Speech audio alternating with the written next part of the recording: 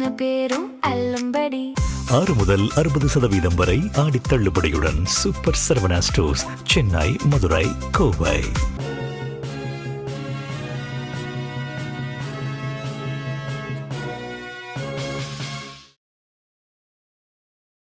வணக்கம். ஜெம் செய்திகளுக்காக நான் உங்கள் ஜெனிஷா. இந்திய நேரப்படி காலை 8:30 மணி செய்திகள். முதலில் ஜெம் தலைப்பு செய்திகளை காணலாம். ஆயுர்வேதத்தின் ஒட்டுமொத்த வாழ்வியல் பார்வை மனித குலத்திற்கு கிடைத்த ஒரு வரப்பிரசாதமாகும். குடியரசுத் தலைவர் திரௌபதி முர்மு பேச்சு. மத்திய அமைச்சரவை ஒப்புதல் அளித்துள்ள மொபைல் போன் உற்பத்தி திட்டம் இளைஞர்களுக்கு பல்வேறு வேலை வாய்ப்புகளை உருவாக்கும். பிரதமர் நரேந்திர மோடி புகழாரம். முதலமைச்சர் விஜய் தலைமையில் இன்று கூடுகிறது தமிழக அமைச்சரவை. பட்ஜெட் அறிவிப்புகள் குறித்து முக்கிய ஆலோசனை. ஈரான் பேச்சுவார்த்தைக்கு மறுத்தால் வரும் நாட்களில் ராணுவ நடவடிக்கை தீவிரப்படுத்தப்படும். ஈரானுக்கு எச்சரிக்கை விடுத்தார் அமெரிக்க அதிபர் டொனால்ட் ட்ரம்ப். உலகக்கோப்பை கால்பந்து தொடரின் 2வது அரையிறுதிப் போட்டி. இங்கிலாந்தை வீழ்த்தி இறுதிப் போட்டிக்கு முன்னேறியது அர்ஜென்டினா. 2வது ஒருநாள் கிரிக்கெட் தொடர் போட்டி. இந்தியா இங்கிலாந்து அணிகள் இன்று மோதல். இனி விரிவான செய்திகளை காணலாம்.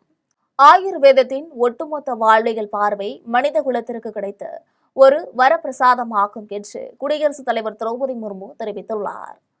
புதுடெல்லியில் உள்ள அகில இந்திய ஆயுர்வேத நிறுவனத்தில் சுஷ்ருதா ஜெயந்தியை முன்னிட்டு சௌஷ்ருதம் நிகழ்ச்சி நடைபெற்றது. இதில் குடியரசுத் தலைவர் திரௌபதி முர்மு கலந்து கொண்டு நிகழ்ச்சியை தொடங்கி வைத்தார். மத்திய அமைச்சரவை ஒப்புதல் அளித்துள்ள மொபைல் போன் உற்பத்தி திட்டம் இந்தியாவில் உலகளவில் போட்டித்தன்மை வாய்ந்த ஒரு சுற்றுச்சூழல் அமைப்பை உருவாக்க உதவும் என்று பிரதமர் மோடி தெரிவித்துள்ளார்.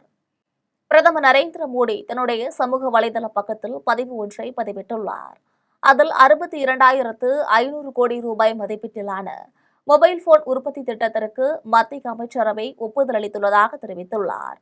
இதனால் உற்பத்தியை பெருக்கவும், உள்நாட்டு மதிப்பு கூட்டலை அதிகரிக்கவும், விநியோக சங்கிலிகளை வலுப்படுத்தவும், இந்தியாவில் உலகளவில் போட்டித்தன்மை வாய்ந்த ஒரு சுற்றுச்சூழல் அமைப்பை உருவாக்கவும் உதவும் என்று தெரிவித்துள்ளார்.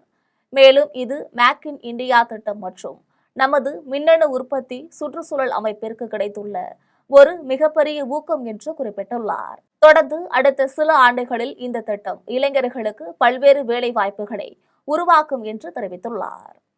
முதலமைச்சர் விஜய் தலைமையில் தமிழக அமைச்சரவை கூட்டம் இன்று கூடுகிறது. சென்னை தலைமை செயலகத்தில் உள்ள கூட்டரங்கத்தில் முதலமைச்சர் விஜய் தலைமையில் தமிழக அமைச்சரவை கூட்டம் இன்று காலை 10:30 மணிக்கு நடைபெறுகிறது. கூட்டத்தில் பொது பட்ஜெட் மற்றும் வேளாண் பட்ஜெட்டில் இடம்பெற வேண்டிய முக்கிய அறிவிப்புகள் குறித்தும், புதிய தொழிற்சாலைகளுக்கு அனுமதி அளிப்பது குறித்தும் விவாதிக்கப்படும் என்று கூறப்படுகிறது. மேலும் புதிய திட்டங்கள் தொடங்குவது குறித்தும் ஆலோசனை நடத்தப்பட உள்ளது. இதில் பல்வேறு முக்கிய தொழில் திட்டங்களுக்கு அமைச்சரவையின் ஒப்புதல் கிடைக்கும் என்று தகவல்கள் வெளியாகியுள்ளது. ஈரான் பேச்சுவார்த்தைக்கு மறுத்தால் வருகின்ற நாட்களில் ராணுவ நடவடிக்கைகள் தீவிரப்படுத்தப்படும் என்று அமெரிக்க அதிபர் டொனால்ட் ட்ரம்ப் எச்சரிக்கை விடுத்துள்ளார். அமெரிக்காவின் வாஷிங்டனில் அந்நாட்டு அதிபர் டொனால்ட் ட்ரம்ப் செய்தியாளர்களை சந்தித்து பேசினார். அப்பொழுது பேசிய அவர், அடுத்த 3 நாட்களுக்கு அமெரிக்க ராணுவம் ஈரானை கொடுமையாக தாக்கப் போவதாகவும், அவர்களின் நிலைமை மிகவும் மோசமாக போவதாகவும் தெரிவித்துள்ளார். ஏனென்றால் அதற்கு அடுத்த வாரம் மின் உற்பத்தி நிலையங்கள் மீதும், அதற்கு அடுத்த வாரம் பாலங்கள் மீதும் தாக்குதல்கள் நடத்தப்படும் என்று கூறினார்.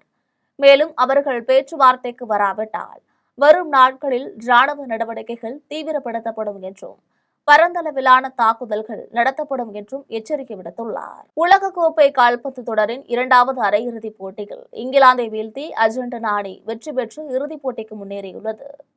அமெரிக்காவின் அட்லாண்டா மைதானத்தில் 23வது உலகக்கோப்பை கால்பந்து தொடரின் 2வது அரையிறுதிப் போட்டி நடைபெற்றது. இந்த போட்டியில் இங்கிலாந்து, அர்ஜென்டினா அணிகள் மோதின. விறுவிறுப்பாக நடைபெற்ற இப்போட்டியின் முடிவில் அர்ஜென்டினா அணி 2-1 என்ற கோல் கணக்கில் இங்கிலாந்து அணியை வீழ்த்தி இறுதிப் போட்டிக்கு முன்னேறியது. இதில் மிகவும் விளையாடிய அர்ஜென்டினா அணியின் வீரர்கள் என்சோ பெர்னாண்டஸ் போட்டியின் 85வது நிமிடத்தில் ஒரு கோலையும் 90வது நிமிடத்தில் லடாரோ மார்டினஸ் ஒரு கோலையும் அடித்து அணியின் வெற்றிக்கு வழிவகுத்தனர். மேலும் நடப்பு தொடரிலிருந்து இங்கிலாந்து அணி வெளியேறியது என்பது குறிப்பிடத்தக்கது. 2வது ஒருநாள் கிரிக்கெட் தொடர் போட்டிகள் இந்தியா, இங்கிலாந்து அணிகள் இன்று மோதுகின்றன. இங்கிலாந்திற்கு சுற்றுப்பயணம் மேற்கொண்டுள்ள இந்திய கிரிக்கெட் அணி 3 போட்டிகள் கொண்ட ஒருநாள் தொடரில் பங்கேற்றுள்ளது. இதில் பர்மிங்காமில் நடந்த முதல் ஒருநாள் தொடர் கிரிக்கெட் போட்டியில் இந்திய அணி 6 விக்கெட்டுகள் வித்தியாசத்தில் வெற்றி பெற்று தொடரில் 1-0 என்று முன்னிலை வகிக்கிறது. இந்நிலையில் இங்கிலாந்தின் கார்டிஃபில் உள்ள சோபியா கார்டன் மைதானத்தில் இந்தியா இங்கிலாந்து அணிகளுக்கு இடையேயான 2வது ஒருநாள் தொடர் கிரிக்கெட் போட்டி இன்று நடைபெறுகிறது. இந்த போட்டியில் இந்திய அணியின் கேப்டன் சுப்மன் கில் தலைமையிலான வீரர்களும் இங்கிலாந்து அணியின் கேப்டன் ஹாரி புரூக் தலைமையிலான வீரர்களும் பங்கேற்கின்றனர். எனவே இன்றைய போட்டியில் இந்திய அணி வெற்றி பெற்று தொடரை கைப்பற்றுமா என்று ரசிகர்களிடையே பெரும் எதிர்பார்ப்பு அதிகரித்துள்ளது. சபரிவர்மன் கொலையில் காவல்துறை அத்துமீறலுக்கு பொறுப்பானவர்கள் தண்டிக்கப்பட வேண்டும் என்றும் நீதி கிடைக்க வேண்டும் என்றும் திமுக நாடாளுமன்ற உறுப்பினர் கனிமொழி தெரிவித்துள்ளார். தூத்துக்குடி மாவட்டம் விளாத்திக்குளம் அருகே வேப்பலோடையில் காமராஜர் சிலைக்கு நாடாளுமன்ற உறுப்பினர் கனிமொழி மாலை அணிவித்து மரியாதை செலுத்தினார். தொடர்ந்து அரசன் குளத்தில் நடைபெற்ற சமுதாய நலக்கூட திறப்பு விழாவில் கலந்து கொண்டார். இதனைத் தொடர்ந்து செய்தியாளர்களிடம் பேசிய கனிமொழி, நாகர்கோவில் சிறையில் கொல்லப்பட்ட சபரிவர்மனின் உடலில் 19 இடங்களில் காயங்கள் இருந்தது கூராய்வில் தெரியவந்துள்ளதாக தெரிவித்துள்ளார். இந்த கொலைக்கு காரணமானவர்கள் மீது தமிழக அரசு கடும் நடவடிக்கை எடுத்து உயிரிழந்தவரின் குடும்பத்திற்கு உரிய நீதி கிடைக்க செய்ய வேண்டும் என்று வலியுறுத்தினார். முறை இல்லாத வகையிலே கைது செய்யப்பட்டு ஒரு இயற்கை மரணத்தை போல அதை காட்ட முயற்சி செய்து விசாரணையின் போது 19 இடத்திலே அவர் மீது காயங்கள் இருக்கிறது என்ற உண்மை இப்பொழுது தெரிய வந்திருக்கிறது. அரசு இப்ப இந்த காரியத்திலே ஈடுபட்டிருக்கக்கூடியவர்கள், அவருடைய உயிரிழப்புக்கு காரணமாக இருக்கக்கூடியவர்கள், அவர்களை தண்டிக்க வேண்டும். காவிரி விவகாரத்தில் நீதிமன்ற தீர்ப்பை கர்நாடக அரசு மதிக்க வேண்டும் என்று பாமக சட்டப்பேரவை உறுப்பினர் சௌமியா அன்புமணி தெரிவித்துள்ளார்.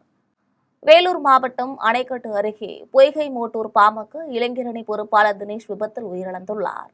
இந்நிலையில் பாமக சட்டமன்ற உறுப்பினர் சௌமியா அவரது குடும்பத்தினரை நேரில் சந்தித்து ஆறுதல் கூறினார். அவருடன் பாமக மாவட்ட தலைவர் வெங்கடேசன், மாநில துணைத் தலைவரும் முன்னாள் அமைச்சருமான சண்முகம், செங்குட்டுவன், நவமணி, அக்கினி, வேல்முருகன், சசிகுமார், ரஜன் உள்ளிட்டோர் உடனிருந்தனர். அதன்பின் செய்தியாளர்களிடம் பேசிய சௌமியா, மேகதாட்டு அணையை கட்டிவிட்டால் தமிழ்நாட்டுக்கு ஒரு சொட்டு தண்ணீர் கூட கிடைக்காது என்று தெரிவித்துள்ளார். கோவில்பட்டி பாரதி நகரில் மறைந்த எழுத்தாளர் பூமணி இல்லத்திற்கு நாடாளுமன்ற உறுப்பினர் கனிமொழி நேரில் சென்று அவரது உருவப்படத்திற்கு மாலை அணிவித்து மரியாதை செலுத்தினார். சாகித்ய அகாடமி விருது பெற்ற எழுத்தாளர் பூமணி சென்னையில் உடல்நலக்குறைவு காரணமாக காலமானார். அவரது உடல் தூத்துக்குடி மாவட்டம் ஆண்டிப்பட்டியில் அரசு மரியாதையுடன் நல்லடக்கம் செய்யப்பட்டது. இந்நிலையில் நாடாளுமன்ற உறுப்பினர் கனிமொழி கோவில்பட்டி பாரதி நகரில் மறைந்த எழுத்தாளர் பூமணி இல்லத்திற்கு நேரில் சென்று அவரது உருவப்படத்திற்கு மாலை அணிவித்து மரியாதை செலுத்தினார். மேலும் அவரது குடும்பத்தினருக்கு ஆறுதல் கூறினார். முதலமைச்சர் விஜய் தேர்தலுக்கு முன்பு பேசியது வேறு, தற்பொழுது அவர் பேச்சுக்கும் செயலுக்கும் சம்பந்தமில்லை என முன்னாள் அமைச்சர் ராஜேந்திர பாலாஜி தெரிவித்துள்ளார்.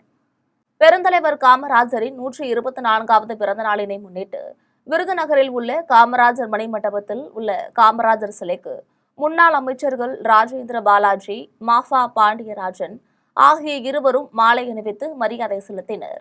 இதைத் தொடர்ந்து முன்னாள் அமைச்சர் ராஜேந்திர பாலாஜி செய்தியாளர்களிடம் பேசியபோது, நாகர்கோவிலில் சிறைச்சாலையில் மாற்றுத்திறனாளி இருந்தது குறித்து உரிய விசாரணையை தமிழக அரசு நடத்தும் என தான் எதிர்பார்ப்பதாக தெரிவித்துள்ளார்.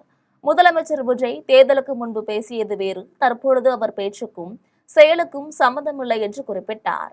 கோவில் நிலங்களுக்கு பட்டா வழங்குவது தவறான முன் உதாரணமாக கருதப்படும் என்றும் கோவில் நிலங்கள் கோவிலுக்குத்தான் சொந்தம் என்றும் தெரிவித்துள்ளார்.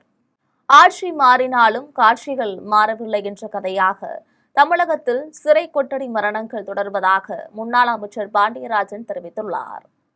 விருதுநகரில் உள்ள காமராஜர் இல்லத்தில் அதிமுக சார்பில் முன்னாள் அமைச்சர் பாண்டியராஜன் மாலை அணிவித்து மரியாதை செலுத்தினார்.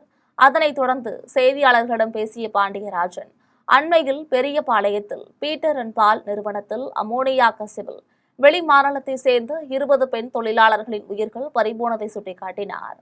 தொழிலாளர் நல சட்டங்கள் அனைத்தையும் அப்பட்டமாக மீறி அந்த நிறுவனத்தின் முதல் தளத்தில் தங்கியிருந்த பெண் தொழிலாளர்கள் தான் பலியாகியுள்ளதாக தெரிவித்துள்ளார். அந்த நிறுவனத்தின் மீது இதுவரை எந்தவொரு கடுமையான நடவடிக்கையும் எடுக்கவில்லை என கூறினார். நாகர்கோவில் சிறையில் மாற்றுத்திறனாளி ஒருவர் அடித்துக் கொல்லப்பட்டதாக வரும் செய்தி நெஞ்சை உலுக்குவதாக தெரிவித்துள்ளார். தாவேக அரசு பொறுப்பேற்ற இந்த குறுகிய காலத்திற்குள்ளேயே தமிழகத்தில் 5 இடங்களில் காவல்துறை சிறை கொட்டடி மரணங்கள் நிகழ்ந்துள்ளதாக சுட்டிக்காட்டினார். திமுக ஆட்சியில் செயல்படுத்தப்பட்ட மக்கள் நலத் திட்டங்களை எந்த ஆட்சியும் எளிதில் நிறுத்த முடியாது என்று திமுக முன்னாள் அமைச்சர் கோவி செழியன் தெரிவித்துள்ளார். கோவை மாவட்டம் பொள்ளாச்சி அருகே உள்ள திருவள்ளுவர் திடலில் கலைஞர் கருணாநிதியின் 101வது பிறந்தநாள் விழா மற்றும் சட்டமன்ற தேர்தலில் திமுக வேட்பாளர்களை வெற்றி பெற செய்த வாக்காளர்களுக்கு நன்றிகளை தெரிவிக்கும் விதமாக பொதுக்கூட்டம் நடைபெற்றது. மாவட்ட செயலாளர் தளபதி முருகேசன் தலைமையில் நடைபெற்ற இந்த கூட்டத்தில் கழக இலக்கிய அணி இணை செயலாளர் இறைவன் மற்றும் மாநில ஆதி திராவிடர் நலக்குழு உறுப்பினர் ஆறுசாமி ஆகியோர் சிறப்புரையாற்றினர். தொடர்ந்து திமுக முன்னாள் அமைச்சர் கோவி செழியன் உரையாற்றினார். திமுக ஆட்சியில் செயல்படுத்தப்பட்ட மக்கள் நலத்திட்டங்களை எந்த ஆட்சியும் எளிதில் நிறுத்த முடியாது என்றார். மேலும் வரவிருக்கும் உள்ளாட்சி தேர்தல் மற்றும் நாடாளுமன்ற தேர்தலிலும் திமுக வெற்றி பெற்று மீண்டும் தமிழகத்தில் திமுக ஆட்சி அமைப்பது உறுதி என நம்பிக்கை தெரிவித்தார். இந்நிகழ்ச்சியில் சட்டமன்ற உறுப்பினர்கள் நித்யானந்தம், சுதாகர் உள்ளிட்ட கட்சி நிர்வாகிகள் மற்றும் தொண்டர்கள் என ஏராளமானோர் பங்கேற்றனர். கோவில்பட்டியில் பெருந்தலைவர் காமராஜர் உருவ சிலையை லெஜண்ட் சரவணன் திறந்து வைத்தார். கோவில்பட்டியில் புது பொலிவுடன் காமராஜர் முழு உருவ வெண்கல சிலை அமைக்கப்பட்டுள்ளது. இந்த சிலையை காமராஜர் பிறந்த நாளில் தொழிலதிபர் லெஜண்ட் சரவணன் திறந்து வைத்தார். இந்த விழாவில் நாடார் சங்க தலைவர்கள், வணிகர்கள், பொதுமக்கள் என ஏராளமானோர் கலந்து கொண்டனர். உளுந்தூர்பேட்டையில் கர்ம வீரர் காமராசரின் பிறந்தநாள் விழா மிக சிறப்பாக நடைபெற்றது. கள்ளக்குறிச்சி மாவட்டம் உளுந்தூர்பேட்டையில் கர்ம வீரர் காமராஜரின் பிறந்தநாள் விழா நடைபெற்றது. இதில் உளுந்தூர்பேட்டை நகர தலைவர் தேசிங்கராஜா, வட்டார தலைவர் ஐயப்பன் ஆகியோர் தலைமை வகித்தனர்.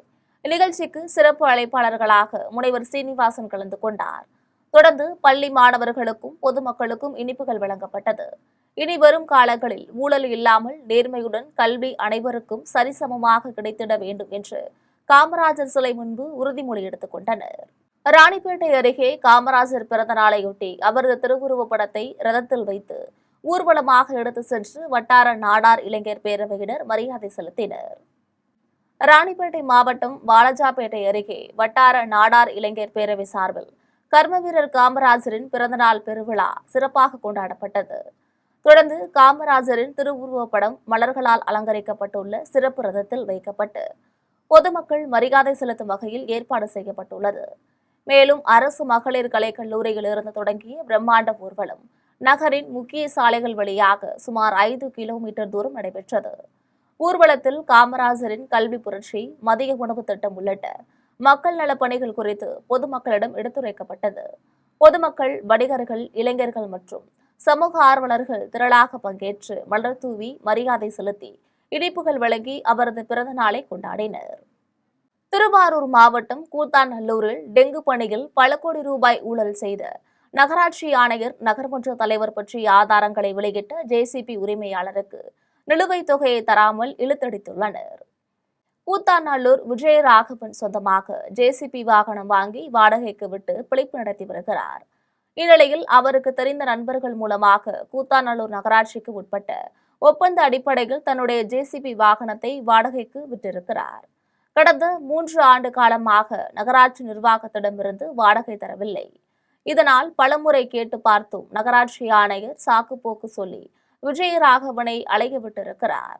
அது மட்டுமல்ல, வாடகை நிலுவை 1,30,000 ரூபாய்க்கான காசோலையை விடுவிக்க கமிஷனாக 25,000 ரூபாய் தர வேண்டும் எனவும் கேட்டுள்ளனர்.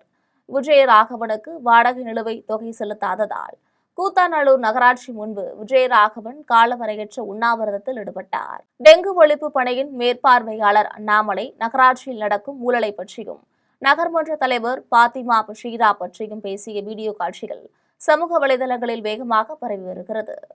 விநாயகபுரத்தில் முன்னாள் முதலமைச்சர் காமராஜரின் 124வது பிறந்தநாள் விழா மிக சிறப்பாக நடைபெற்றது. காஞ்சிபுரம் மாவட்டம் விநாயகபுரத்தில் முன்னாள் முதலமைச்சர் காமராஜரின் 124வது பிறந்த நாளினை முன்னிட்டு வழக்கறிஞர் புருஷோத்தமன் சிறப்பு அழைப்பாளராக கலந்து கொண்டு காமராஜர் உருவப்படத்திற்கு மாலை அணிவித்து மரியாதை செலுத்தினார். இதில் விநாயகபுரம் பகுதியில் 10 மற்றும் 12ஆம் வகுப்பு பொதுத் தேர்வில் தேர்ச்சி பெற்ற அனைத்து மாணவ மாணவியருக்கும் சிறப்பு பரிசு வழங்கி கௌரவித்தார். இந்நிகழ்ச்சிக்கான ஏற்பாடுகளை சிறுகவரிவாக்கம் ஊராட்சி மன்ற துணைத் தலைவர் அபிராமி செய்திருந்தார். கோவை புத்தக திருவிழா நாளை முதல் ஜூலை 26ஆம் நாள் வரை கொடிசியா வளாகத்தில் நடைபெற உள்ளது. கோவை மாவட்ட நிர்வாகம், பள்ளிக்கல்வித்துறை, கொடிசியா அமைப்பு ஆகியவை இணைந்து நடத்துகின்ற புத்தக கண்காட்சி நாளை தொடங்குகிறது. இந்த ஆண்டு 300க்கும் மேற்பட்ட அரங்குகளில் 2 லட்சத்திற்கும் அதிகமான அரிய வகை புத்தகங்கள் வாசகர்களுக்காக காட்சிப்படுத்தப்பட உள்ளன.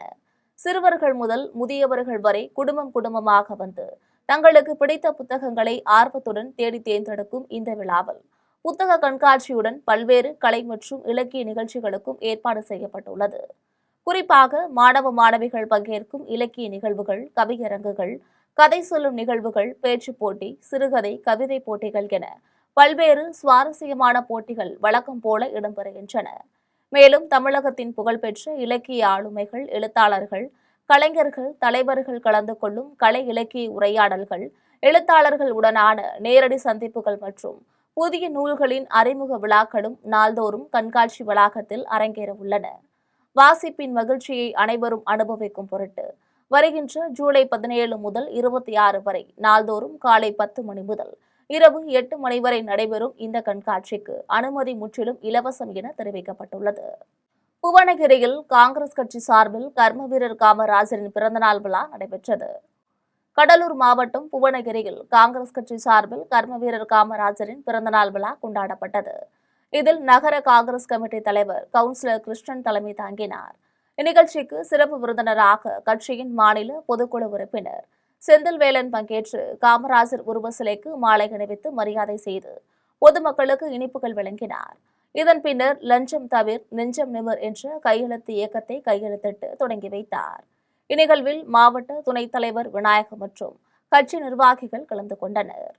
தேவக்கோட்டையில் காமராஜர் பிறந்த நாள் விழாவினை முன்னிட்டு லஞ்சம் தவிர் நெஞ்சம் நிமிர் என்ற விழிப்புணர்வு கையெழுத்து இயக்கம் தொடங்கப்பட்டுள்ளது. சிவகங்கை மாவட்டம் தேவக்கோட்டையில் பெருந்தலைவர் காமராஜரின் பிறந்தநாள் விழா நகர காங்கிரஸ் கமிட்டி சார்பில் கொண்டாடப்பட்டது. இதில் நகர காங்கிரஸ் கமிட்டியின் தலைவர் சஞ்சய் தலைமை வகித்தார். இந்நிகழ்ச்சிக்கு சிறப்பு அழைப்பாளராக முன்னாள் சட்டமன்ற உறுப்பினர் மாங்குடி கலந்து கொண்டார். விழாவின் முக்கிய நிகழ்வாக லஞ்சம் தவிர் நெஞ்சம் நிமிர் என்ற விழிப்புணர்வு கையெழுத்து இயக்கம் தொடங்கப்பட்டது. இதில் காங்கிரஸ் கட்சியினர் மற்றும் பொதுமக்கள் என ஏராளமானோர் கலந்து கொண்டு தங்களது கையெழுத்துக்கள் மற்றும் கைரேகைகளை பதிவு செய்து ஆதரவு தெரிவித்தனர். பெருந்தலைவர் காமராஜரின் நேர்மையான வாழ்வை நினைவு கூறும் வகையில் அமைந்த இந்த விழிப்புணர்வு நிகழ்ச்சி அப்பகுதியில் பெரும் வரவேற்பை பெற்றது. கோவை அருகே காமராஜர் பிறந்த நாளினையொட்டி தலைகீழ் எழுத்தோவியத்தில் அவரது வரலாற்றை எழுதி கலைஞர் ராஜா சாதனை படைத்துள்ளார். பெருந்தலைவர் காமராஜரின் 124வது பிறந்த நாளினை முன்னிட்டு கோவை குடியமுத்தூரை சேர்ந்த குறுங்கலை கலைஞர் ராஜா தமிழ் எழுத்துக்களை தலைகீழாக எழுதி அவரது வாழ்க்கை வரலாற்றை ஓவியமாக வடிவமைத்துள்ளார். நீண்ட நாள் பயிற்சிக்கு பிறகு உருவாக்கப்பட்ட இந்த தனித்துவமான ஓவியம் தண்ணீர் தெளித்து பின்புறமாக திருப்பி பார்க்கும் போது மட்டுமே முழுமையாக தெரியும் வகையில் வடிவமைக்கப்பட்டுள்ளது. காமராஜரின் சாதனைகள் பழங்கால அச்சு எழுத்துக்களை போன்ற வடிவில் தெளிவாக வெளிப்படுவது பார்வையாளர்களை வியப்பில் ஆழ்த்தியுள்ளது. ஏழைகளின் கல்விக்காக வாழ்நாளை அர்ப்பணித்த காமராஜருக்கு இந்த கலைப்படைப்பின் மூலமாக மரியாதை செலுத்தியதில் பெருமிதம் அடைவதாக கலைஞர் ராஜா தெரிவித்துள்ளார். கலைஞர் ராஜாவின் இந்த வித்தியாசமான படைப்பு மற்றும் காமராஜருக்கு செலுத்திய அஞ்சலி பொதுமக்கள் மத்தியில் பாராட்டை பெற்று வருகிறது. தியாகராஜ நகர் பகுதியில் பூங்காவிற்கு அளிக்கப்பட்ட இடத்தை போலியாக பத்திரப்பதிவு செய்து தனிநபர் மீது நடவடிக்கை மேற்கொண்டு இடத்தை திருச்சி மாநகராட்சி மீட்க வேண்டும் என தியாகராஜ நகர் குடியிருப்பு நலசங்க தலைவர் கார்த்திகேயன், செயலாளர் பெருமாள், உறுப்பினர் பாஸ்கரன் ஆகியோர் கோரிக்கை விடுத்துள்ளனர். திருச்சி மாநகராட்சிக்கு உட்பட்ட தியாகராஜ நகர் பகுதியில் கடந்த 1987ஆம் ஆண்டு லேஅவுட் உருவாக்கப்பட்டு நூற்றுக்கணக்கான பொதுமக்கள் வீடு கட்டி வசித்து வருகின்றனர். இந்நிலையில் லேஅவுட் அமைத்த சமயத்தில் சிறுவர்கள் விளையாட்டு பூங்காவிற்கு 3700 சதுர அடி நிலம் ஒதுக்கீடு செய்யப்பட்டு மாநகராட்சி வசம் ஒப்படைக்கப்பட்டது. இந்த பகுதியில் சிறுவர் விளையாட்டு பூங்கா அமைத்து கொடுக்க கோரி அப்பகுதி மக்கள் நீண்ட நாட்களாக கோரிக்கை விடுத்து வருகின்றனர். இதனிடையே காலியாக இருந்த இந்த பூங்கா நிலத்தை சில மாதங்களுக்கு முன்பு புதுக்கோட்டை மாவட்டம் இலுப்பூரை சேர்ந்த கணேசமூர்த்தி என்பவர் பத்திரப்பதிவு செய்திருப்பது தெரியவந்தது. இதுகுறித்து தகவல் அறிந்து அப்பகுதி மக்கள் மாநகராட்சி மற்றும் பத்திரப்பதிவு அலுவலகங்களில் புகார் அளித்தனர். இது தொடர்பாக விசாரணை மேற்கொண்ட போது திருச்சி மாவட்டம் மண்ணச்சநல்லூர் பகுதி சர்வே நம்பர் அடிப்படையில் ஆவணங்கள் போலியாக தயாரிக்கப்பட்டு மனை எண் குறிப்பிடாமலே பத்திரப்பதிவு செய்திருப்பது கண்டுபிடிக்கப்பட்டுள்ளது. இதுகுறித்து தியாகராஜ நகர் குடியிருப்பு நலசங்க தலைவர் கார்த்திகேயன், செயலாளர் பெருமாள், உறுப்பினர் பாஸ்கரன் ஆகியோர் செய்தியாளர்களிடம் தெரிவிக்கையில், திண்டுக்கல் அருகே முறையான சாலை வசதி இல்லாததால் பொதுமக்களும் பள்ளி மாணவ மாணவிகளும் கடும் அவதிக்குள்ளாகி வருகின்றனர். திண்டுக்கல் மாவட்டம் பெத்தான்குளத்தை சேர்ந்த பள்ளி மாணவ மாணவிகள் பெரியூர்பட்டி மற்றும் செந்துறை பகுதிகளில் உள்ள பள்ளிகளுக்கு செல்வதற்கு முறையான சாலை வசதி இல்லாததால் தினமும் பெரும் சிரமத்திற்கு உள்ளாகி வருகின்றனர். மேலும் குழந்தைகள் மற்றும் கர்ப்பிணி பெண்கள் அவசர காலத்திற்கு மருத்துவமனை செல்ல வேண்டிய கட்டாய சூழலில் டோலி மூலமாக வைத்து 4 கிலோமீட்டர் இந்த கரடு முரடான பாதைகள் நடந்து சென்று சேர்க்கும் அவலநிலை ஏற்பட்டுள்ளதாக அப்பகுதி மக்கள் வேதனையுடன் தெரிவித்துள்ளனர். இது தொடர்பாக பல ஆண்டுகளாக பல்வேறு அதிகாரிகளிடம் மனுக்களை வழங்கியும் இதுவரை எந்தவொரு நடவடிக்கை எடுக்கவில்லை என்று பொதுமக்கள் குற்றம் சாட்டுகின்றனர். மாணவர்கள் பள்ளிக்கு செல்வதற்கு சாலை வசதி உள்ளிட்ட அடிப்படை வசதிகளை செய்து தர வேண்டும் என பொதுமக்கள் தமிழக அரசிற்கு கோரிக்கை விடுத்து வருகின்றனர். தாமரைப்பாக்கம் கூட்டு சாலையில் கடந்த 2 மாதங்களாக எரியாமல் உள்ள உயர்கோபுர மின் விளக்குகளை உடனடியாக சீரமைக்க வேண்டும் என பொதுமக்கள் அரசிற்கு கோரிக்கை விடுத்துள்ளனர். திருவள்ளூர் மாவட்டம் தாமரைப்பாக்கம் பகுதியில் அமைக்கப்பட்ட 2 உயர்கோபுர மின் விளக்குகள் கடந்த 2 மாதங்களாக செயல்படாததால் அப்பகுதி இருளில் மூழ்கியுள்ளது. இதனால் பொதுமக்கள், வாகன ஓட்டிகள் மற்றும் கடை வியாபாரிகள் பெரும் சிரமத்தை சந்தித்து வருகின்றனர். இதுகுறித்து ஊராட்சி நிர்வாகத்திடம் பலமுறை புகார் அளித்தும் இதுவரை நடவடிக்கை எடுக்கப்படவில்லை என பொதுமக்கள் குற்றம் சாட்டுகின்றனர். போதுமான நிதி இல்லாததால் விளக்குகளை சீரமைக்க முடியவில்லை என அதிகாரிகள் தெரிவித்ததாகவும் கூறப்படுகிறது. எனவே சம்பந்தப்பட்ட துறை அதிகாரிகள் உடனடியாக நடவடிக்கைகள் எடுத்து உயர்கோபுர மின் விளக்குகளை செயல்பாட்டிற்கு கொண்டுவர வேண்டும் என பொதுமக்கள் கோரிக்கை விடுத்துள்ளனர். தூத்துக்குடி மாவட்டம் சாத்தான்குளத்தில் காமராஜர் பிறந்தநாள் விழாவில் ஒரே நேரத்தில் 2 கட்சியினர் சிலைக்கு மாலை அணிவிக்க வந்ததால் போக்குவரத்து நெரிசல் ஏற்பட்டுள்ளது. தூத்துக்குடி மாவட்டம் சாத்தான்குளம் பழைய பேருந்து நிலையத்தில் உள்ள காமராஜர் சிலைக்கு நேற்று அரசியல் கட்சியினர் மாலை அணிவித்து வந்தனர். நேற்று மாலை பள்ளி கல்லூரி முடிவடையும் நேரத்தில் அதிமுக, பாஜக ஆகிய 2 கட்சிகளும் ஒரே நேரத்தில் காமராஜர் சிலைக்கு மாலை அணிவிக்க வந்ததால் போக்குவரத்து நெரிசல் ஏற்பட்டது. 3 திசைகளில் வாகனங்கள் அணிவகுத்து நின்றதால் பெரும் பரபரப்பு ஏற்பட்டது. ஒரே நேரத்தில் அரசியல் கட்சியினர் பல வாகனங்களில் காமராஜர் சிலை அருகே கூடியதால் போக்குவரத்து பாதிக்கப்பட்டது. போக்குவரத்தை சரி செய்ய போதிய காவலர்கள் இல்லாததால் சுமார் 1 மணி நேரமாக பொதுமக்களும் பள்ளி கல்லூரி மாணவ மாணவிகளும் அவதிக்குள்ளாகினர். வரும் காலங்களில் இதுபோன்ற நிகழ்வுகள் நடைபெறும் போது ஒவ்வொரு அரசியல் கட்சியினருக்கும் கால இடைவெளி வழங்கி போக்குவரத்து நெரிசல் ஏற்படாமல் தடுக்க வேண்டும் என பொதுமக்கள் கோரிக்கை விடுத்து வருகின்றனர். குடியாத்தம் பகுதியில் மர்ம நபர்கள் சிலர் திருடுவதற்காக முன்கூட்டியே ஒத்திகை பார்ப்பதால் அச்சமடைந்துள்ள பொதுமக்கள் இரவு நேரத்தில் காவல்துறையினர் ரோந்து பணியில் ஈடுபட வேண்டும் என கோரிக்கை விடுத்துள்ளனர். வேலூர் மாவட்டம் குடியாத்தம், கல்லூர், காந்திநகர் பகுதிகளில் உள்ள ஓம் சக்தி கோவில் தெருவில் 150க்கும் மேற்பட்ட குடும்பத்தினர்கள் வசித்து வருகின்றனர். இந்நிலையில் இப்பகுதியில் உள்ள வீடுகளின் கதவையும் இரும்பு கேட்டையும் தட்டிவிட்டு மர்ம நபர்கள் மறைந்து சென்று விடுகின்றனர். இதனால் அச்சமடைந்து அப்பகுதி மக்கள் ஒரு வீட்டில் பொருத்தப்பட்டுள்ள சிசிடிவி கேமராவை ஆய்வு செய்தபோது மர்ம நபர்கள் வீடு வீடாக சென்று கதவை தட்டிவிட்டு மறைந்து விடுவதும், வீட்டின் கதவை தட்டும் போது யாரும் வரவில்லை என்பதை மற்றொரு நபருக்கு சிக்னல் அளிப்பதும் தெரியவந்துள்ளது. இதனால் மர்ம நபர்கள் வீட்டை நோட்டமிட்டு திருடுவதற்கு முயற்சி செய்வதால் இப்பகுதியில் இரவு நேரங்களில் காவல்துறையினர் ரோந்து பணியில் ஈடுபட வேண்டும் எனவும், குழந்தைகள் மற்றும் பெண்களுக்கு பாதுகாப்பு வழங்க வேண்டும் என்றும் அப்பகுதி மக்கள் கோரிக்கை விடுத்துள்ளனர். சென்னை புழல் சிறையில் உள்ள தன்னுடைய மகன் குறித்து அவதூறு பரப்புவோர் மீது நடவடிக்கை எடுக்க வேண்டும் என மதுரை காவல்துறை ஆணையரிடம் மகனின் தாயார் ஜெயக்கொடி புகார் அளித்துள்ளார். சென்னை புழல் சிறையில் உள்ள தன்னுடைய மகன் குறித்து சமூக வலைதளங்களில் அவதூறு பரப்புவோர் மீது நடவடிக்கை எடுக்க கோரி மதுரையை சேர்ந்த 75 வயதுடைய மூதாட்டி ஜெயக்கொடி என்பவர் காவல் ஆணையரிடம் புகார் அளித்துள்ளார். அதில் தன்னுடைய மகன் காளிமுத்து என்கின்ற வெள்ளை காளி தற்பொழுது சென்னை புழல் சிறையில் தண்டனை கைதியாக இருந்து வருகிறார். இந்நிலையில் கடந்த 3 நாட்களாக சில நபர்கள் திட்டமிட்டு தன்னுடைய மகன் குறித்து செய்தித்தாள்கள் மற்றும் இன்ஸ்டாகிராம் போன்ற சமூக வலைதளங்களில் அவதூறு செய்திகளை பரப்பி வருவதாகவும் ஜெயக்கொடி குற்றம் சாட்டியுள்ளார். மேலும் என்னுடைய மகன் எதிர்காலத்தில் தன்னுடைய குடும்பத்துடன் இணைந்து நல்முறையில் வாழ வேண்டும் என்ற நற்பெயரில் உள்ளோர் என்றும், ஆனால் சில நபர்கள் அவரது பெயருக்கு களங்கம் விளைவிக்கவும் அவரது எதிர்காலத்தை சிதைக்க வேண்டும் என்கின்ற கெட்ட எண்ணத்துடன் இத்தகைய பொய் பிரச்சாரங்களை செய்து வருகின்றனர் என்று தெரிவித்துள்ளார். மேலும் அவதூறு பரப்பும் நபர்களுக்கு தன்னுடைய மகனுக்கும் எந்தவித தொடர்பும் இல்லை என்றும், தொடர்ச்சியாக இத்தகைய செயல்களில் ஈடுபடும் நபர்கள் மீது காவல்துறையினர் உரிய நடவடிக்கை எடுக்க வேண்டும் என்றும் மனுவில் மூதாட்டி ஜெயக்கொடி கோரிக்கை விடுத்துள்ளார். வேதாரண்யத்தில் உள்ள ஊராட்சி அலுவலகம் முன்பு அனைத்திந்திய ஜனநாயக மாதர் சங்கம் சார்பில் மனு கொடுக்கும் ஆர்ப்பாட்டம் நடைபெற்றது. நாகை மாவட்டம் வேதாரண்யத்தில் உள்ள ஊராட்சி அலுவலகம் முன்பு அனைத்திந்திய ஜனநாயக மாதர் சங்கம் சார்பில் மனு கொடுக்கும் ஆர்ப்பாட்டம் நடைபெற்றது. இதில் சங்க நிர்வாகிகள் லதா மற்றும் வெண்சங்கு தலைமை வகித்தனர். இந்த ஆர்ப்பாட்டத்தில் மகாத்மா காந்தி ஊரக வேலைவாய்ப்பு உறுதி சட்டத்தை பழைய நடைமுறையை அமல்படுத்தவும், 100 நாள் வேலைவாய்ப்பு 200 நாட்களாக உயர்த்தி நாளொன்றுக்கு கூலி 700 ஆக உயர்த்திட வலியுறுத்தியும் கோஷங்கள் எழுப்பினர். இதில் வேதாரண்யம் தெற்கு மற்றும் வடக்கு ஒன்றிய நிர்வாகிகள் ஏராளமானோர் கலந்து கொண்டனர். சேலம் அருகே பல்வேறு கோரிக்கைகளை வலியுறுத்தி டாஸ்மாக் ஊழியர்கள் உண்ணாவிரத போராட்டத்தில் ஈடுபட்டுள்ளனர். சேலம் கோட்டை மைதானத்தில் டாஸ்மாக் ஊழியர்கள் மாநில சம்மேளனம் சார்பில் பல்வேறு கோரிக்கைகளை வலியுறுத்தி மண்டல உண்ணாவிரத போராட்டம் நடைபெற்றது. அப்பொழுது காலி மதுபாட்டல்களை திரும்பப் பெறும் திட்டத்திற்கு மாற்று திட்டம் அறிவிக்கவும், குழுப்பணி நிரந்தரம் மற்றும் காலமுறை ஊதியம் வழங்கவும் அரசை வலியுறுத்தினர். மாவட்ட துணைத் தலைவர் தியாகராஜன் தலைமையில் நடைபெற்ற போராட்டத்தில் மாநில மற்றும் மாவட்ட நிர்வாகிகள் பங்கேற்று உரையாற்றினர்.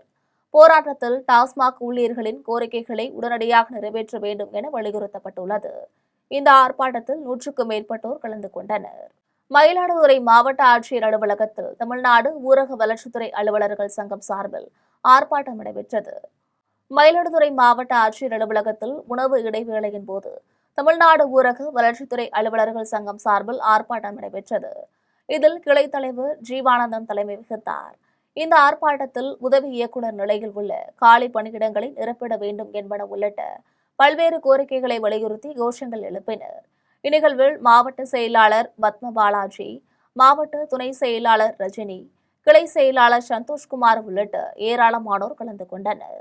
சென்னை அடுத்த மாங்காட்டில் நடைபெற்ற காமராஜர் பிறந்தநாள் விழாவில் காங்கிரஸ் கட்சியின் உட்கட்சி பூசலால் இருதரப்பினர் வாக்குவாதத்தில் ஈடுபட்ட சம்பவம் அப்பகுதியில் பெரும் பரபரப்பை ஏற்படுத்தியுள்ளது.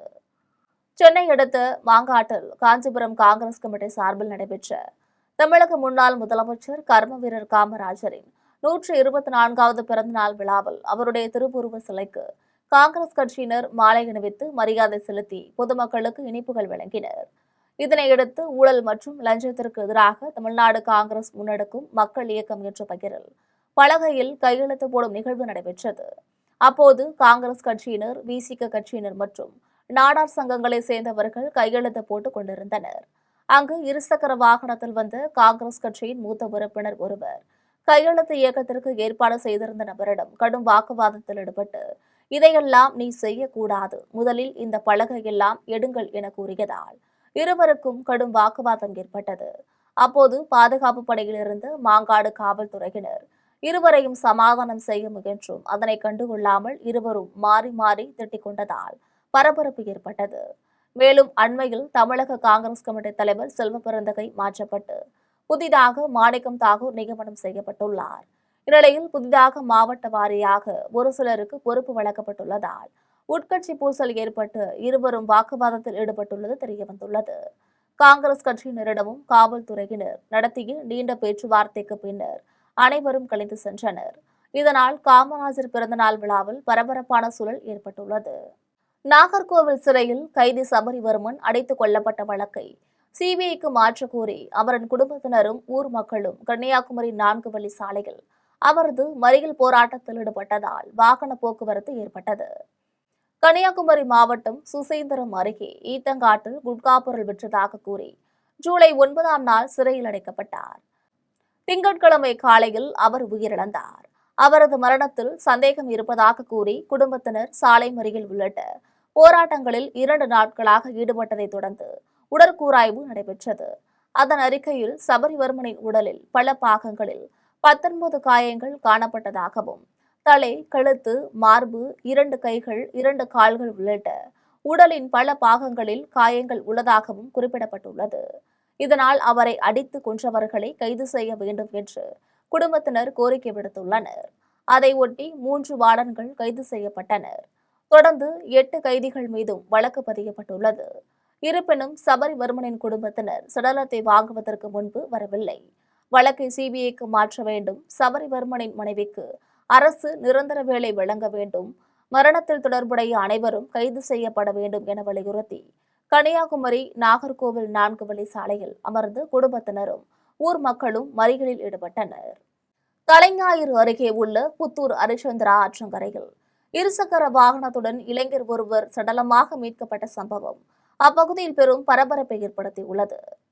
நாகப்பட்டினம் மாவட்டம் ஆலங்குடியில் உள்ள புத்தூர் ஹரிச்சந்திரா ஆற்றங்கரையில் இளைஞர் ஒருவர் சடலமாக கிடப்பதாக தலைஞாயிறு காவல் நிலையத்திற்கு பொதுமக்கள் தகவல் தெரிவித்துள்ளனர். இதுகுறித்து சம்பவ இடத்திற்கு வந்த காவல்துறையினர் உடலை மீட்டு உடற்கூறாய்வுகளுக்கு நாகப்பட்டினம் அரசு மருத்துவமனைக்கு அனுப்பி வைத்து விசாரணை மேற்கொண்டனர். விசாரணையில் உயிரிழந்தவர் நத்தம்பள்ளம் கிராமத்தை சேர்ந்த வீரமுத்து என்பது தெரியவந்தது. இரவில் இருசக்கர வாகனத்தில் வரும்போது நிலை தடுமாறி இருசக்கர வாகனத்தோடு ஆற்று இறக்கத்தில் விழுந்து உயிரிழந்திருக்கலாம் என காவல்துறையினரின் முதற்கட்ட விசாரணையில் தெரியவந்துள்ளது. இந்த சாலை மிகவும் குறுகியது என்பதாலும் சாலை செப்பனிடாமல் மேடு பள்ளமாக உள்ளதால் அடிக்கடி விபத்துக்கள் நடப்பதாகவும் அப்பகுதி மக்கள் வேதனையுடன் தெரிவித்துள்ளனர். தொடர்ந்து இந்த சம்பவம் குறித்து காவல்துறையினர் வழக்கு பதிவு செய்து விசாரணை மேற்கொண்டு வருகின்றனர். மீண்டும் ஜெம் தலைப்பு செய்திகள். ஆயுர்வேதத்தின் ஒட்டுமொத்த வாழ்வியல் பார்வை மனித குலத்திற்கு கிடைத்த ஒரு வரப்பிரசாதமாகும். குடியரசுத் தலைவர் திரௌபதி முர்மு பேச்சு. மத்திய அமைச்சரவை ஒப்புதல் அளித்துள்ள மொபைல் போன் உற்பத்தி திட்டம் இளைஞர்களுக்கு பல்வேறு வேலை வாய்ப்புகளை உருவாக்கும். பிரதமர் நரேந்திர மோடி புகழாரம். முதலமைச்சர் விஜய் தலைமையில் இன்று கூடுகிறது தமிழக அமைச்சரவை. பட்ஜெட் அறிவிப்புகள் குறித்து முக்கிய ஆலோசனை. ஈரான் பேச்சுவார்த்தைக்கு மறுத்தால் வரும் நாட்களில் ராணுவ நடவடிக்கை தீவிரப்படுத்தப்படும். ஈரானுக்கு எச்சரிக்கை விடுத்தார் அமெரிக்க அதிபர் டொனால்ட் ட்ரம்ப். உலகக்கோப்பை கால்பந்து தொடரின் 2வது அரையிறுதிப் போட்டி.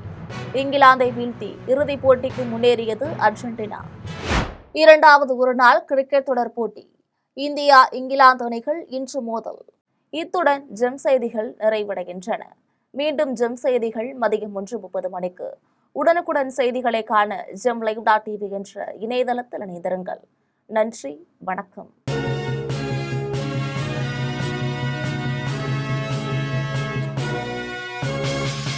உடனுக்குடன் அப்டேட் தெரிந்து கொள்ள ஜெம் டிவி தமிழ் ஆப்பை இன்ஸ்டால் செய்யவும்.